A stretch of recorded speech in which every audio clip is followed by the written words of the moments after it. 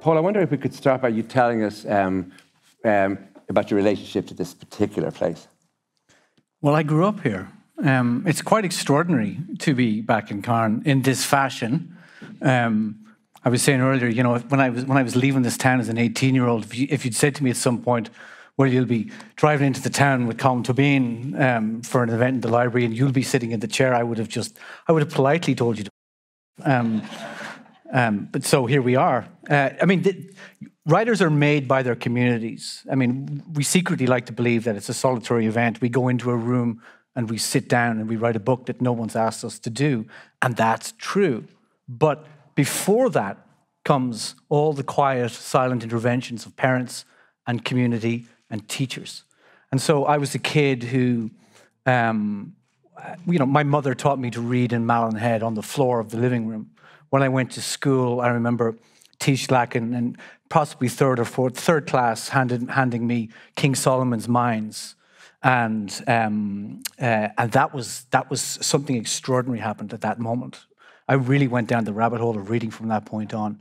A year or two later, my mother told me many years later, Albert Doherty teaching me, and he used to let me read under the desk during class, and he didn't stop me because apparently he thought it was a good idea.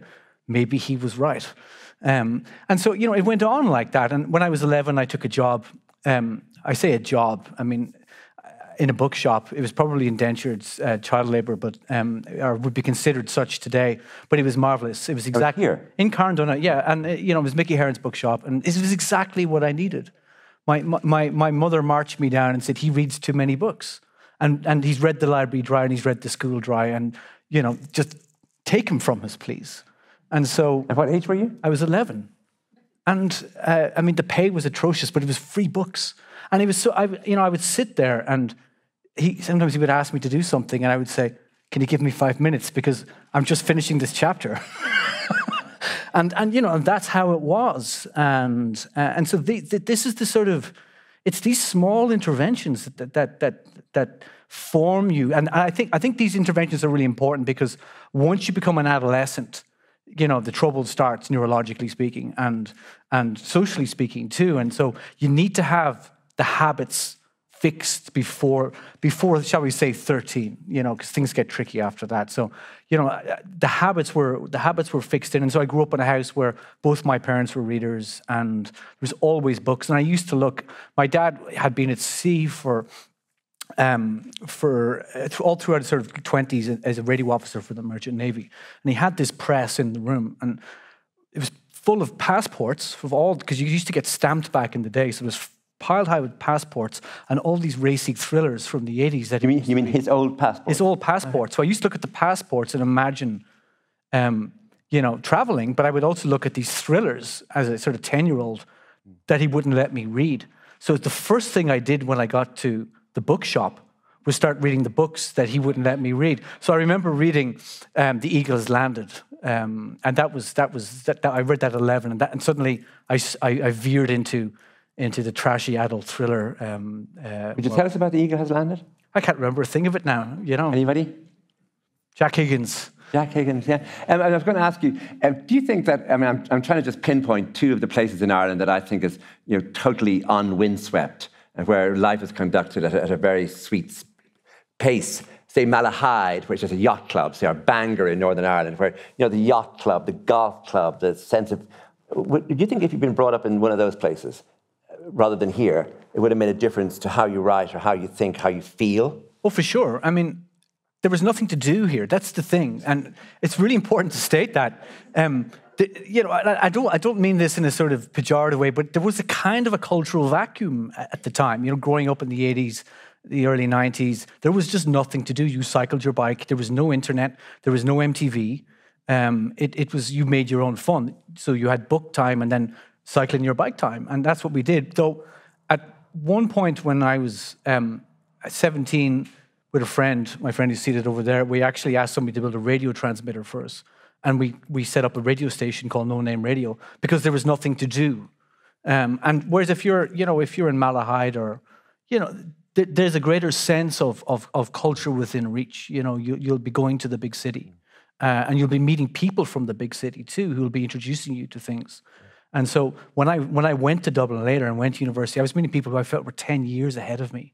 They'd been experienced to so much culture, so many movies and books that I just didn't know anything about. And were they 10 years behind you as well, in the sense that what your father did every day must have been mysterious and interesting and almost something that must have, nights with the big wind and the storms, must have made you, must have been very dramatic.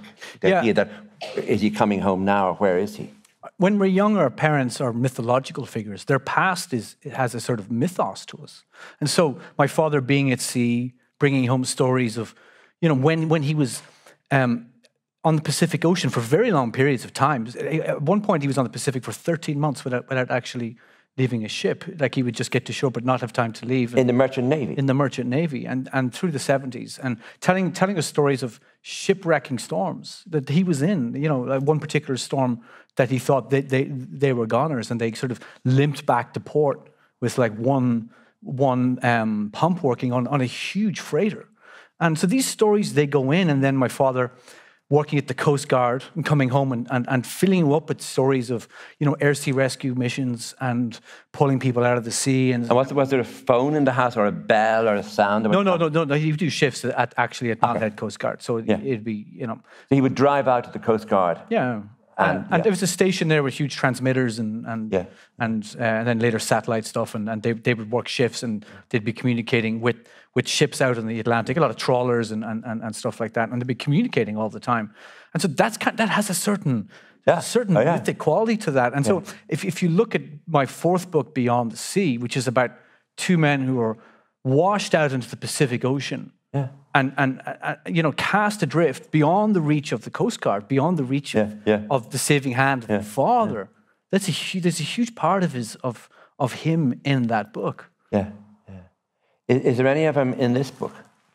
I mean, is there any of the idea of father not only just out working, coming home domestically, but an idea of the mystery surrounding where he is and what's going on, and the children at home?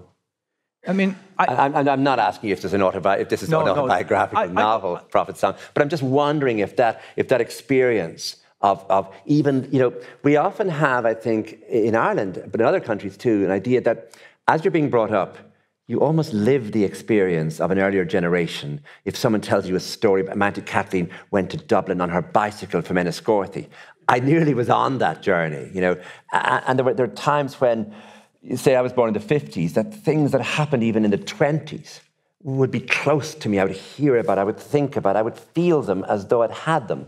Just wondering if that Pacific, that story you mentioned about your father for 13 months on that time actually shaped your imagination.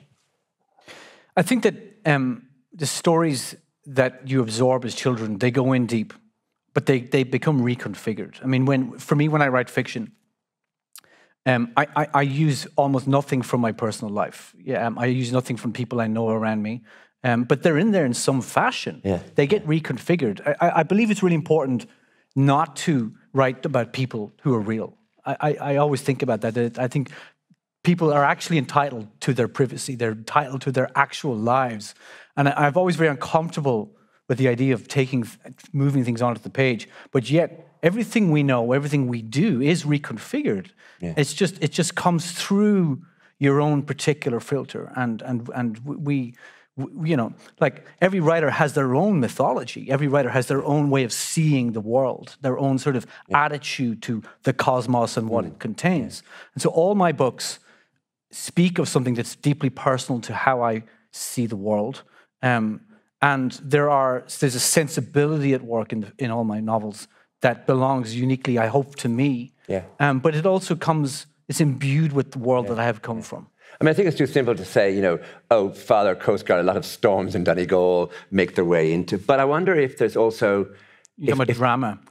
If there were moments when your reading really, really mattered, where there was one book or one season, one writer, when you really felt, not that I could do this, but the experience of reading the book was as real as any other experience and entered into your spirit as deeply as did the other things you've just been talking about. The Mayor of Casterbridge. Are you serious? Yes. Now, who's read The Mayor of Casterbridge? Oh, great. Hey, we're in good company. could you just take us through, just give us the opening? I don't remember the opening. Oh, the opening, come on. It's a man and his wife and their child are walking into a country town in Victorian England. You know. And it seems like it's going to be very ordinary because it's a country fair. Remember this bit? And he gets drunk, doesn't he, the man? Yeah. And he stands up on a platform, and it's a country fair, so people are auctioning things, and he decides he will auction his wife. And you think, this is not going to end well. And you think, even if no one buys her, what will happen that evening? How will they get through the rest of their day even? And as usual, in these stories, over to the side is a handsome stranger. Do you remember that bit? And he puts up his hand and says, I'll buy her. And that evening, the stranger and the woman and the child walk out of the town, leaving the man behind. And you don't know yet who the Mayor of Casterbridge is, or will be. And it's tremendous, isn't it? Well, what happened to me was I had an encounter with what I call truth, novelistic truth. Because I think about 16. And when you're 16-year-old kid, I was reading a lot of, as I say, a lot of trashy stuff. I was reading Jack Higgins and Len Dighton and all of that kind of stuff. And suddenly, here's a novel that I didn't want to read, that I was forced to read for school. And suddenly there's this transmission of something that I've never encountered before. And it's human truth.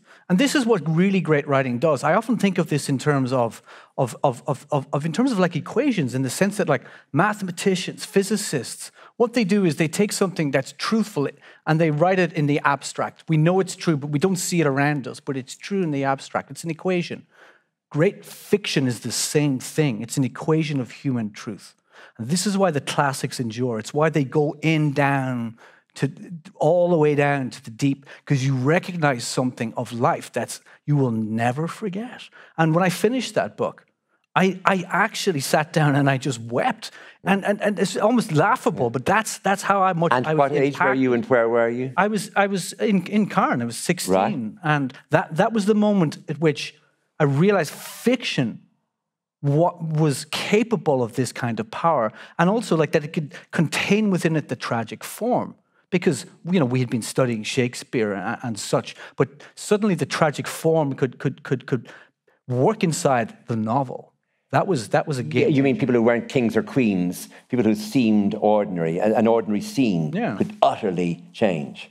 And what is also, I think, there in that novel is a really penetrating darkness that seems to come from elsewhere other than from, say, human decisions, will, people, coincidence even. There's something else. And there's often a mention of there's Roman coins in the soil, but not just that, there's destiny. This is what you're talking about exactly there is what I call cosmic realism. It's Hardy belongs to a group of writers. There's a bunch of them. We will include Melville. We will include Herman Melville. Moby Dick. Yeah, Dostoevsky. Right. Yeah. We will include Faulkner. We will include Conrad in particular. Joseph Conrad. Yeah. Okay. Woolf at certain times. Flannery O'Connor to a great degree. Writers who Kafka. No, okay. But that's a pub conversation on why not. Okay. But these are writers that seek to capture within a human story the full scale of human experience, in the sense of their writing reaches towards the cosmic. They're writing as though they see us with a cosmic eye, looking down at us from on high. So they're placing us within the cosmos, while also describing the furniture. The table and chairs in the room, but the human condition from a great metaphysical distance. And so that's a very profound skill or attribute to have in fiction. And that's the kind of writing that's always influenced me. And I wrote an essay about it last year because I was trying to articulate this particular flavor that cosmic realism. This is what I came up for. I'm interested in what you said about the table, that as well as Moby Dick being able to describe the extraordinary nature of the sky, the sea, the night, and the efforts to find a way, that there is also, it's a ship, it is an actual ship. There's a moment on page 255 of your novel, Prophet Song. Sorry, I'm going to stop doing this in my class. There's a moment on page 255 that I wonder if everyone here had to write down, say, are there two moments in this book that really made you just think, are there I haven't been as frightened as this for a while, but the fright is coming in an odd way. It's coming rhythmically. It's coming, as you say, with a sort of truth attached to it. So it isn't as though I'm being abused in some way by shock. The shock. It is that the shock comes. It's integrated, and it comes in the strangest ways. I just want to give you an example of what happened to me on page 255, and it's the smallest thing. It's place is going to become a hellmouth all over again. The regime is about to agree to let the UN, now the word UN, the UN is coming in here, to open a humanitarian corridor from Lansdowne Road Stadium through the Port Tunnel to the north. Lansdowne Road Stadium is Dublin, and you can see through the Port Tunnel to the north. I hadn't even seen that the Port Tunnel, which is only used for mainly, it's traffic going to the airport, but it's not used, oddly enough. The Port Tunnel is never filled. The idea that people would start going into it, and that would be an exit from the city, because it's real, because it's named, because it's a real city. And it got me in a second, where I was being anchored in a place that while, as you say, the cosmic is going on around it, the actual realism, it seemed to me vital, because I knew it was a real city, but that particular journey, seeing it, it's not an obvious journey out of the city. It isn't that you would go down the quays and out. Lansdowne Road, still right. And I suppose the first question would be arising from that. Was it always Dublin? And the second question would be, then you manage your Dublin very carefully. It's not you don't name. I think the GPO isn't in it. There are a lot of the whatever it's called, the spire isn't in it. It's not fully topographical, and yet it's pure Dublin. I just wonder how those decisions were made, if they were always made, and if they came in gradually. When you ask, was it always Dublin? It's almost as if there's a rational decision involved in writing. But for me, the arrival of a book is not rational. It's an entirely intuitive act. Something comes from that door into the dark. It just arrives. And I mean, even the arrival of this book is interesting in itself, because I've been writing the wrong book for 6 months or so. Tell us about that. Okay, so I actually quote you quite often here. Oh God! I hope I didn't say anything awful. Colm obviously once said, "Finish everything you start." Oh yeah, I did, absolutely, totally, and it's untrue. I know it's untrue. Finish most things you start, maybe. Sunk cost fallacy. I say know when to walk away. What? Know when to walk away from a text. So I'm glad we've solved this. I'm glad we've solved this publicly. But I had been working on the wrong text, and I knew it was the wrong text. But you keep working on it for want of something better to do. But there are certain things that I look for in a story, and this didn't have it.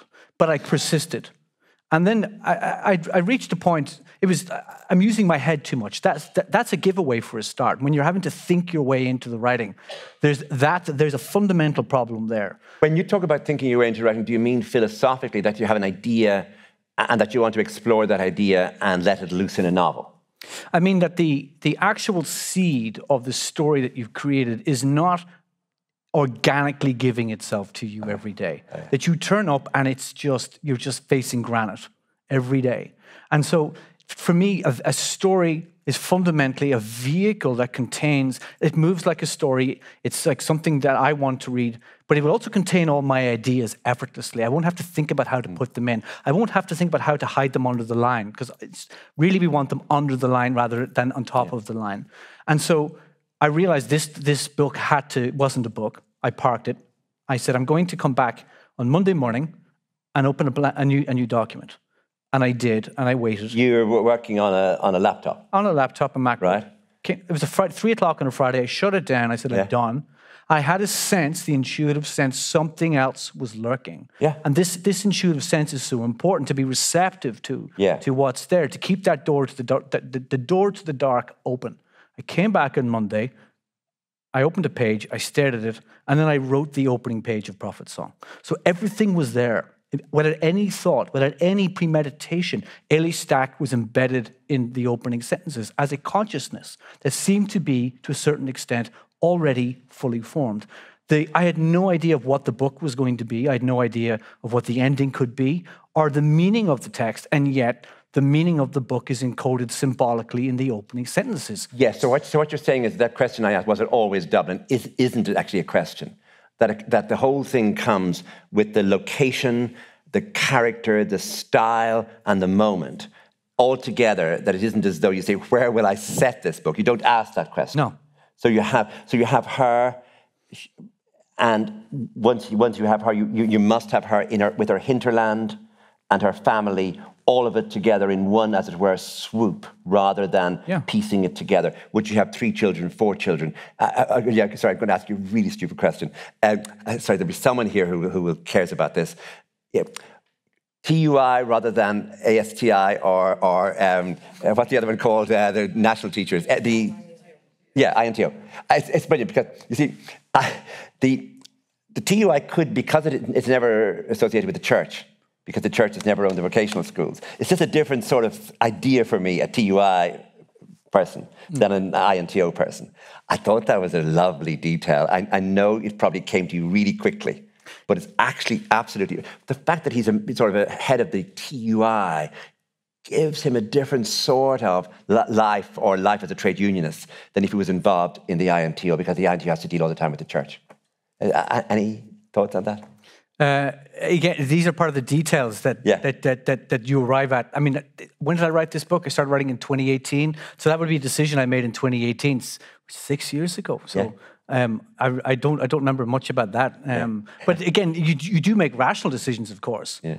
But the world that you're creating, it arrives with this sort of imprint of itself within the text. The form is already there. Yeah. The song is there. Okay. The song is there. The song is there. I just want to take you up on the word song, because I wonder if anyone else here had the experience I had. Maybe we can talk about this at the end, where sometimes I would be 20 pages ahead without knowing I had read them.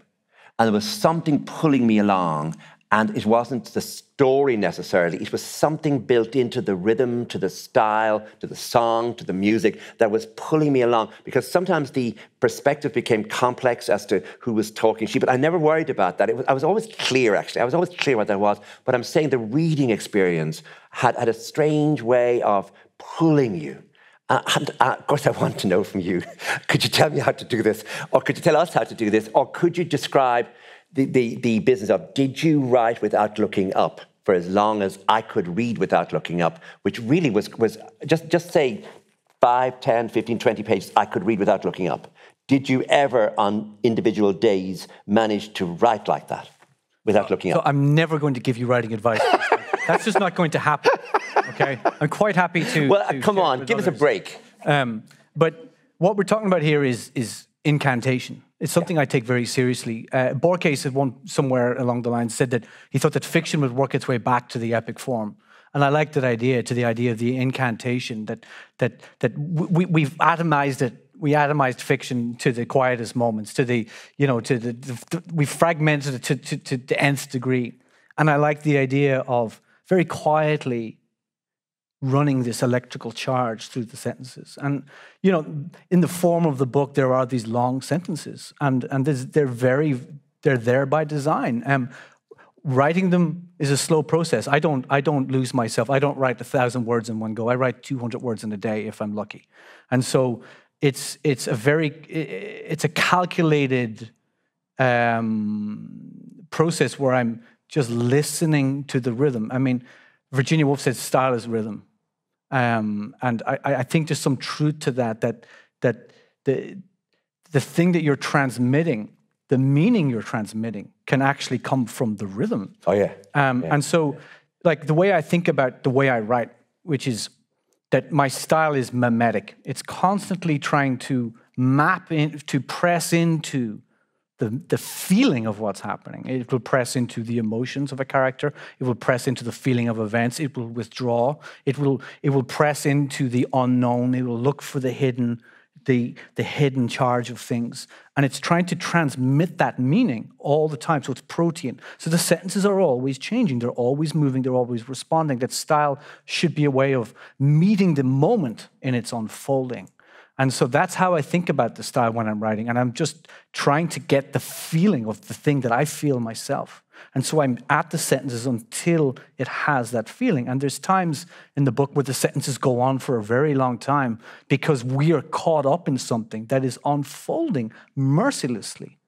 And Eilish is imprisoned within that moment, and there's no escape. And so the full stop became this something that it's not just this throwaway piece of grammar. I would think about it. Is the full stop really required here? Because what's happening is a continuous moment in time. Just want to take the word epic for a second and think, this is a domestic house in a suburb of a city. The issues sometimes are nappies, milk, further food. Is the phone charged? I mean, you're dealing with the very ordinary businesses of life. Now, what's extraordinary about the novel is that you don't decide at any point, let's move into where power lies. And if I want epic, I have to go to who is in charge of all of this, who is running all of this. And there are palpable absences. For example, the husband, the son, that they're just not there sometimes. And then when they loom as ghosts, or they loom as memories, or they loom as subjects of worry. But the extraordinary idea of the book is that the epic can occur in this house, in this woman's consciousness, because actually the epic comes from the style, and the style comes from the rhythm, and the rhythm comes from the way you write the sentences, and the way you punctuate, and the way you move, and the way you establish consciousness, and the way at certain moments, as you say, a pure panic, a pure worry, that you don't stop. You need the sentences to move on. You need what might be called lesser punctuation, like a comma. And that what you're actually doing is recreating the notion of epic. That you're saying, actually, I can make you an epic in a semi-detached house in Dublin. I can do it now. And so you're moving the epic from ideas of power to ideas of powerlessness. Yeah. That it's her very powerlessness that allows her to have what we might call epic feelings, which is that her constant way of thinking and feeling are at a level, a pitch that you pitch with style that is what we might call advanced. In other words, while there's a nappy, the word nappy, it's not as though that becomes a serious matter, because if she runs out of milk, the baby will suffer. But you don't, just the way you describe it allows for us to feel that something enormous, something momentous is occurring in the lives of what we might call middle-class people. I love the way you've put that, and it's. Well, sorry, I was too long, but I mean, lots of comments. It's more than 200 words. It's more than 200 words. There was plenty of well-placed comments, so we were okay. We got there with you. I had this image when I was writing this book in my head continually, which was that I was going back to the Iliad, but I was turning it inside out. You take the Iliad, you have foregrounded the politics, you're foregrounded the heroics. That's what the epic did. But if you turn it inside out, well, I mean, you arrive at Eilish's stack. You arrive at, as you said, somebody who's not at the center of power. And there's a metaphysical reason for this. Is, we live our lives. We do not live our lives at the center of power. And I mean, even now when we're trying to understand the unraveling moment that we find ourselves in, we truly can't put our finger on all of it at any one time. We move through our own moments with just a matchlight in the dark. That's how we live our lives, trying to make sense of the pieces of information that are coming at us. That goes back to the Greeks. It's a very ancient idea, but it's a genuinely powerful way of imagining the problems of knowledge that we have to, all of us, live with. But then when you extend that into a situation like Prophet's Song, where you're in a full unraveling of a liberal democracy, where problems of knowledge become enormous, because if you make a mistake, as happens in this book, people make decisions, and the outcomes of these decisions are truly irreversible. And so there's no room for error. And yet Eilish moves through the labyrinth, step by step. There's no way of knowing. She must make decisions, but she's got no way of knowing. And all of us live our lives like this. This is the human condition. But in Prophet's Song, the idea was to push the politics to the background, because if you articulate a political crisis per se, you zone in on that. Well, for a start, Too many other people have done that. The second thing is hold on. Just give us that again. You mean that if you homed in on a very particular set of circumstances that everybody knows that are written in history? If you identify the politics of the regime, yes, then the book becomes about that politics. That's just how... Yeah, I think that's a really important matter. I'd just like to stop you there for a second with that. You mean that if you said, this is what Fine Gael will eventually do to us all, or this is Sinn Féin rising, this is the Shinner, this is the Shinners now, this is what they're going to do to us. And everyone says, oh yeah, this is you writing your anti-Shinner novel. Exactly. Or if it's some other group emerging, anti-immigration, like you're suddenly caught as a novelist by in a sort of a trap of saying, well, I now have to start saying, is somebody, Michelle O'Neill, for example, are you using that idea? Yeah. And I found the absence of that more chilling and in a way more convincing. The fact that this is coming from somewhere you don't have a name for, but everyone knows what it is. It's not as though it's new to people. It's been rising, it's been coming. And of course, if the TUI is beginning to demonstrate outside the Department of Education, that in fact is a breach of something that's new, a new set of rules. And we've had this in so many countries, watching that happening, as though out of the blue to us, but not to them, so they don't even need to name who in Syria, for example, is causing the grief. It's known and it isn't mentioned. But I think it's a vital area because it'd be so tempting to think, let's imagine the Greens turned really unpleasant in Ireland and started to ban water. And you think, yeah. That's a Leaving Cert essay almost from 1960-something. Yeah. But bringing it into an area that's not necessarily metaphysical because it's quite filled with rules. It's quite filled with bureaucracy. It's quite filled. The Gardaí get mentioned. It's an Ireland we can almost touch. Yes, but the alienation that it creates in the reader is a metaphysical alienation. Okay, give me that. Well, that sense of being caught up in something that you don't know quite what it is, that you're alienated from the world that you live in, is a very powerful... We talked about Kafka was the master of that particular alienation. And I remember when my French editor, Francis Giffard, read this book and he phoned me. And that was the first thing that he wanted to talk about. As a Frenchman, of course, that he picked up on that. But it was the alienation of the particular time that this character is in, but how it maps out into our own lives in the time that we're in now, in which we all feel alienated in the age that we're in. And there is all of a sense that we all have this sense of some kind of epochal change. Something is happening. But how do you put your finger on it? How do you identify it? You can't. It's just too great. There are too many moving parts. And so this is the thing that always just lies beyond our reach. Hold on. I found the book also, intensely political in the sense of saying, here is the leafy suburb. Here is somebody driving home. And here is the Port Tunnel. And in any second now, watch. This could come, and it could be now, and it could be here. And then you think, well, this is what it must have been like to be in Aleppo.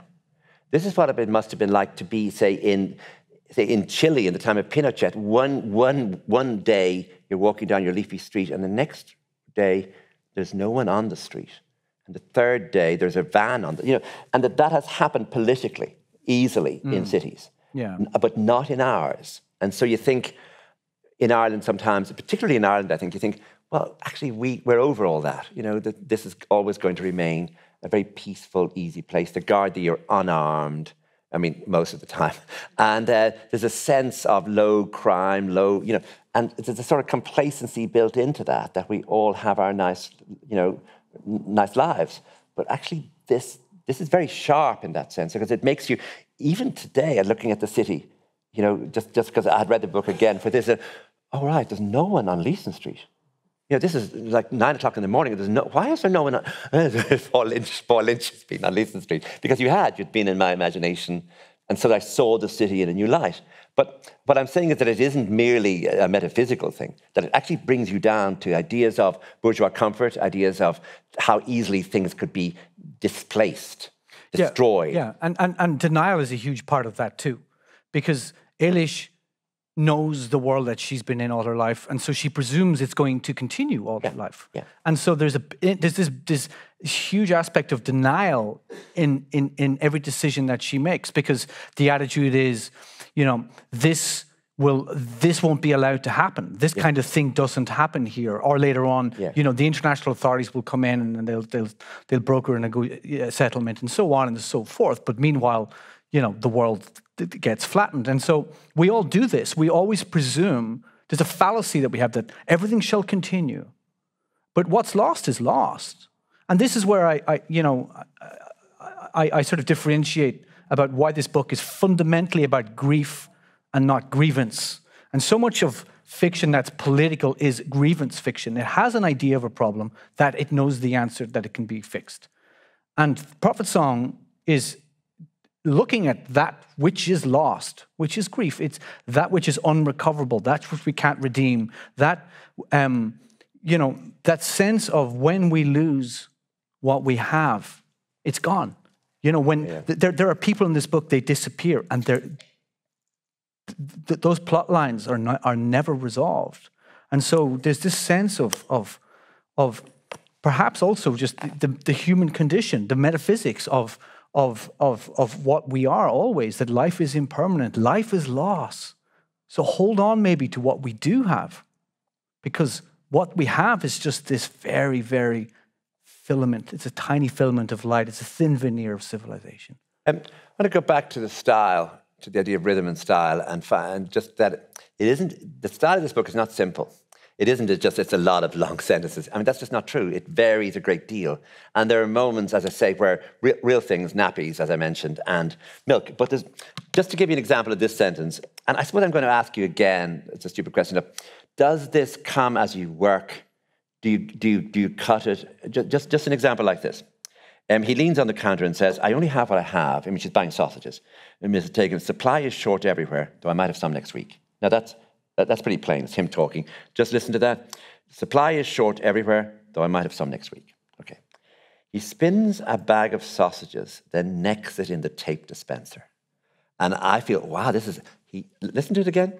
He spins a bag of sausages and then necks it in the tape dispenser. And it's the necks it I'm interested in, as an extraordinary way to re-see something that we see done every day, the idea of that. So that I'm constantly working with that idea of the most vivid images being used, sometimes against other sentences that are more filled with, in a way, you know, a sort of fear that's almost unnameable and then not nameable, intersecting voices. But that idea of necking it, just the verb, putting it in there, I just loved it. And I thought maybe you should think of being a poet. Thanks. The poetry goes into the novels. That's the problem, as does most of the nonfiction and everything else that's sort of tumbling around up here. The novel for me is an enormous skip at the front of my house, and everything goes into it, and the novel consumes it all. And that's just how I work. But the necking thing is interesting because, you know, for me, the writer's job is to somehow seize a hold of reality and get it onto the page. It's an enormous task. And reality is not just what we know, it's also what we can't know, it's what we don't know about. But it's also about trying to locate the reader in a reality that they actually see it as though it's fresh, as though it's new. You know, like when we're kids, we do see the world in that way of everything is imprinting on us, everything is new. And as a fiction writer, to me, the idea is to bring the reader into the moment, so that moment itself is new entirely to the reader. So the language is always pushing for that stamp of freshness, that stamp of like, this is the moment. The bag of sausages being spun, done, necked it in the dispenser. And, you know, but it's also, you know, it's also probably the most precise way of describing what he does. You know, I mean, it allows us to see it so that we're back in that moment, despite the fact that there are areas of this novel that have not occurred, as it were, speaking of reality, that they have not as yet occurred, except, of course, in the book, that the necking puts it in, hold on a minute, I am filling this book with things, with images that are precise, that are exact, and that are visual, and that are ways of making you see. Yeah, I mean, for me, the image is fundamental. You know, and I say that there's almost like two categories of image. The image is an image that comes from your subconscious that all artists talk about. That you get these ideas, they come up as an image. You just see something, a single resonating image, and you don't fully know what it is, but it won't leave you be. Writing is a process of unpacking these images, these compressed ideas that come up in picture form from the subconscious. And so that's where your themes lie.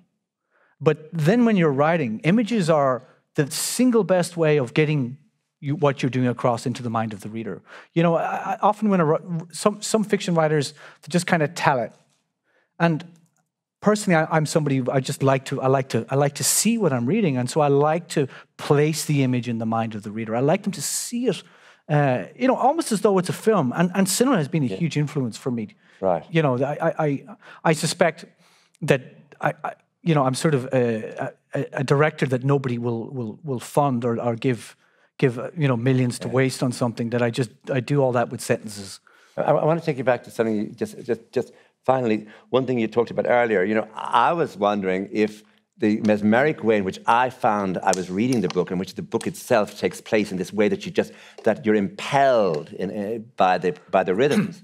I was trying to get you to say, yes, that's how I wrote it. I wrote it through the night. I worked through the day. I didn't read it back. It just came in and then you were saying, no, 200 words, really deliberate, really worked in, you know, that working out, not working as much as working out. And there's, as it comes to the end then, what I'm watching happening is extraordinary intelligence, which is yours, applying to this material, which is how are you going to end the book? And what I love towards the end is how you deal with the simple matter of bureaucracy. When they're crossing this border, when he comes with a different form and a different passport, no, you need this passport, this amount of money for this, yes, this. And they seem to be making slight progress, and then you realize maybe not. And they're in a truck, they're in the back of a truck. You know, actually, what you're doing now is you're applying such detailed detail to something that the reader might have expected would go in another direction. That would go in the direction, you would go to a much larger space where there would be a lot of bodies, or there'd be a panoramic space. But what you do is you go down into what exactly bothers her now, which is, can I get to the next hoop? I found that immensely moving and convincing, but what I was fascinated by, I mean, I'm sorry for having to tell you this, was the quality of your intelligence as you worked. I mean, it's hardly a question to ask you, so do you agree with me that you're intelligent? But I suppose the question, no, hold on. There actually is a question. That is that where you now know the material up to here, you go for a walk and you think, how am I going to do this? Or does it come in the way you described the beginning coming, which is that you get the entire thing organically and you work with it? But as you work and you realize, how am I going to deal with the last 50 pages of this book? Does that come as later decision? Does that come having tried out various things? How does that come? So the way to answer this is that early on in the book, when I was writing it, about 3 or 4 months into it, I was reading a Louis MacNeice poem. And in that beautiful way sometimes, you'll know this, you just get these sparks of light off a sentence that send you in another direction. And I heard the last sentence of this book. And then I understood what the book was. And I understood, like this prismatically, this sudden alignment of how the story had to be. And once I understood that, then it the books created a very strong sense of yes and no. It became like a series of equations. And so I wrote listening to what was true, what was not true.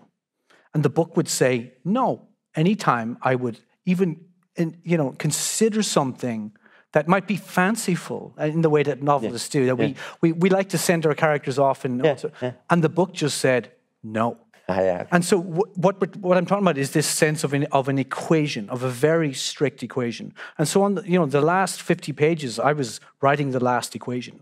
And I'm just that's how I thought of it. And I'm just listening very carefully to the truth. We talked about human truth earlier. That's the fundamental testing mechanism for me. That's what I look for. And so that's how it unfolds. Right. That's fascinating. I would have, I would have thought, shut up, Colm. It's time for but I mean, I'm saying I would have thought that real decisions had to be made by you about the material. But what you're suggesting is the material itself created a sort of momentum, and that you couldn't that then dictated what would occur itself. So if you tried out something, immediately it would fall away, and it would lead you towards the next thing.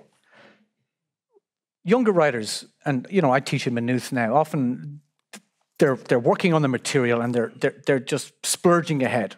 And they've got something here and they really like it, but then they've got to get from here to there, and they're trying to find a way to bridge it. And they're struggling because, they have to force it to happen. Yeah.